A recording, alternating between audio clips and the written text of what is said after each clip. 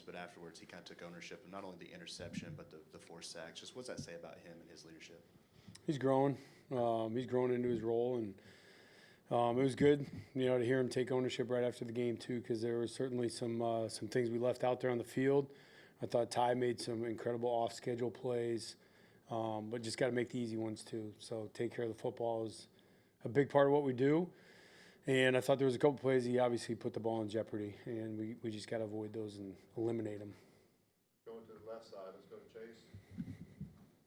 Overall this season, how would you assess the way the wide receivers and the tight ends have blocked for the run game? We're getting there. I know they know the importance of it in this system, that they're not going to just be out there catching footballs. They got to be part of the blocking scheme. And I know that there's been good unit reinforcement in the meeting rooms and things like that, that they know, what their job is. I think that we lack some details on a couple plays in the blocking schedule on a few of the perimeter plays. So I thought we definitely could have done a better job there, and we will this week. So we got to focus on that a little bit. Front row on the left here, the Emily Grace. Coach, we've seen some creative play calls the last 3 games. I'm curious what your process is for evaluating when to go for something a little more creative and when it's best to be more straightforward. Well, it typically based on a look.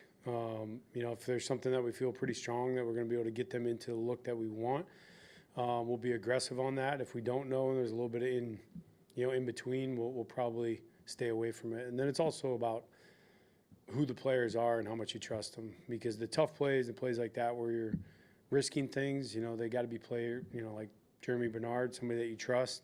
He's going to take care of the football, do the right things. That's what we're looking for. Go to Nick on the far right.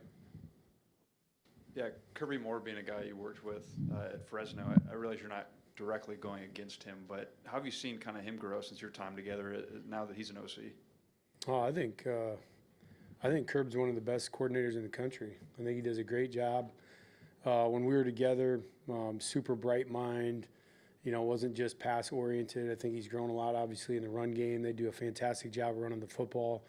But yeah, Kerb's awesome. I think he's just going to keep growing. And we were together, what was that, 2017? We started together as position coaches at Fresno, and he coached an elite group of receivers out there, and really prided himself on detailed execution of his guys. And so not surprised to see him having a lot of success. Going to the back left, let's go to Joe.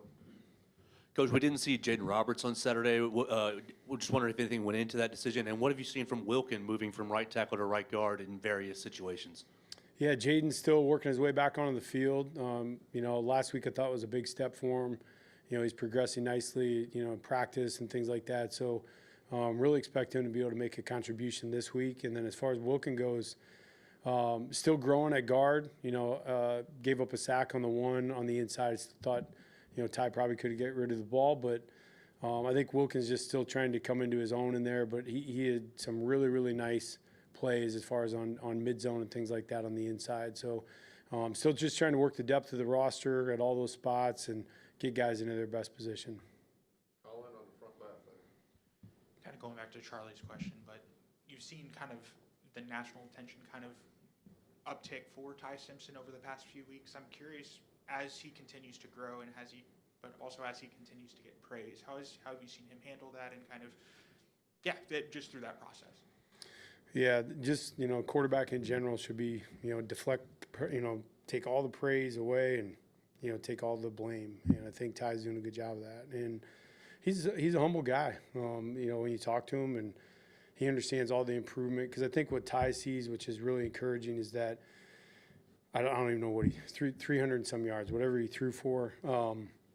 He can come into a meeting room and accept, and have an open mind to all the things that he could have done better, and really focus more on his process and what it's going to take to play his best game, because every week we're going to play really good opponents. So he knows he's just got to keep building that armor and understand how to, make himself a little less vulnerable in a few of those situations, and then capitalize on some of the, unbelievable plays he makes out of the pocket, when he's off schedule. So I think Ty is, he just grows every single week, practice, games, all that, just like any quarterback that's starting out. So I think, sky's the limit for him.